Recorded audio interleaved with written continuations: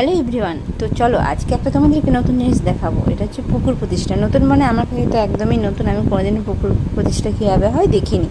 তো আমরা কিছুদিন আগে গিয়েছিলাম। দেখো, 1 মিনিটের ভিডিওতে পুরোটা বলাটা সম্ভব নয়। কীভাবে পুকুর প্রতিষ্ঠা হয় পরপর দেখে যাও, পরের ভিডিওগুলো বাড়িতে কালী ঠাকুর আছে। প্রথমে বলে মেশো কালী মন্দিরে, এটা আমার মাসিমণি। প্রথমে মেশো এখানে পুজো করে নিল। এই যে লাল চেলি যেটা পড়ে আছে ওটাই আমার মেশো। তো পুজো করে নেওয়ার পরে আমরা গেলাম, পুকুর যে প্রতিষ্ঠা হয় তাতে একটা নাকি বেলগাছ লাগে।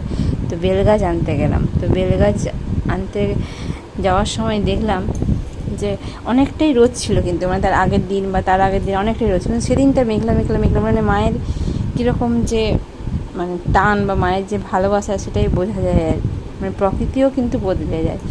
তো আমরা গিয়ে দেখি তো একটা বেলগাছ ঠিক করা হয়েছে। তো বেলগাছটা কিন্তু গোড়া থেকে কাটা হবে না, বেলগাছের সাইডটাই কাটা হবে, একটা ডাল, এই যে ডালটা যেখানে, এই ডালটা